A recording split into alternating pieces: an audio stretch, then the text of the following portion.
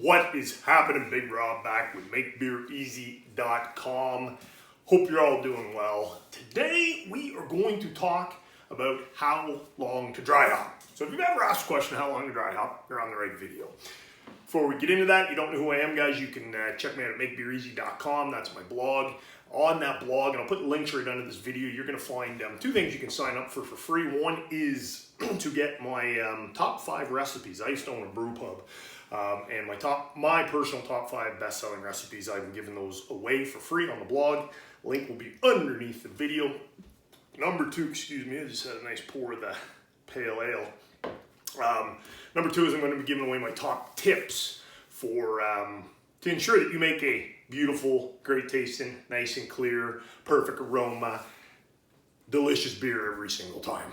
Link underneath the video to sign up to get that as well. So, how long to dry hop? So first of all, what is dry hopping? A lot of people ask, first, what exactly is dry hopping? What does it do? What is the purpose of it? So if you're a hoppy, even if it's not a hoppy beer, I will dry hop as well. So it's not just if you're a hop head that you might want to dry hop.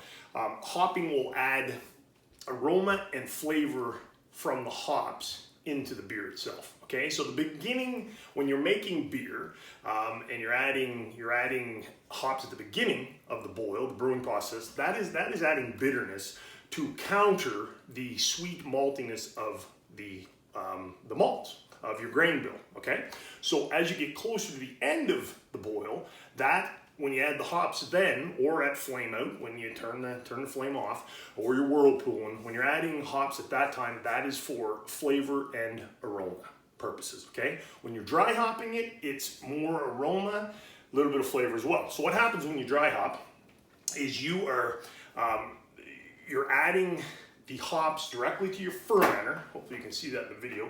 You're adding your hops, not drops, hops, directly to the fermenter during fermentation. What happens then is the hops themselves absorb the wort and it releases the essential oils that are in the hops, okay? Which then add the aroma and some flavor to the beer, okay? So typically, and I do have notes here on my screen, make sure I'm covering everything for you, but typically,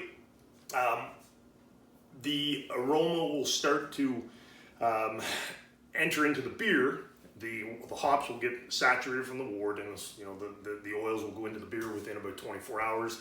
Typically, within 72 hours, the majority of the oils have released into the beer. Okay. Having said that, they will continue to release throughout the fermentation process, or throughout the dry hopping process, I should say, however long you're leaving them in the fermenter. So how long? Minimum 72 hours, and then it's really up to you, okay? I have no problem leaving them in for 10 days. Sometimes I recommend doing that. Some people recommend 4 to 5 days. Anything more than the 10 days, definitely the 14 days, you can start to develop some off flavors, which is never a good thing. So don't go past 14 days. 10 days would probably be the max that I would do it as well. Total different blog topic, I guess, but what is double dry hopping? Double dry hopping would be when you add them in different increments during the fermentation process, okay? So maybe some people will add them right away when fermentation happens, okay? And then let's say they'll add them again, another bunch of dry hops, they'll add, 3-4 days later. Totally up to them. A lot of people will tell you not to add them during the active fermentation. So again, up to you to try. But why some brewers recommend not adding it during active fermentation when the bubble, the bubble is just bubbling away. What's happening is that gas coming out of the airlock is going to blow a lot of the hop oils, the aroma out of the top of the airlock. Okay, so a lot of people will recommend, active fermentation is going on for 2, 3, 4 days. You can really see it cranking. A lot of people wait till that's done, then they'll do their 4, 5, 6, 7 day dry hop. And Bob's your uncle. So, don't sweat it, guys. This is Make Beer Easy. This is all about just, making some good tasting beer. If you want to sweat it and go win some competitions, well, that takes practice. But if you follow what we're teaching, on this blog, then in these videos, then you're gonna have a good taste in beer, and it's not hard. So don't sweat it. You know, a lot of people try to complicate it. You know, try it out. You know, try adding it after 2 days. Try adding it as soon as you pitch the yeast. I've done that before as well. Try adding it, you know, 5 days into the fermentation. You know, mix it up. You know, add it in increments. If you're adding a couple ounces, 3-4 ounces, whatever, of hops, try 2 after 3 days, and then 2 again after 5 days, type of deal. So don't sweat it, guys. It's in the end, it's just beer. And we've been making beer for thousands of years in caves and everything else, so it'll turn out just fine. So that's what I got for you guys. I'm not going to drag this video on. Minimum 72 hours to get all the essential oils into it.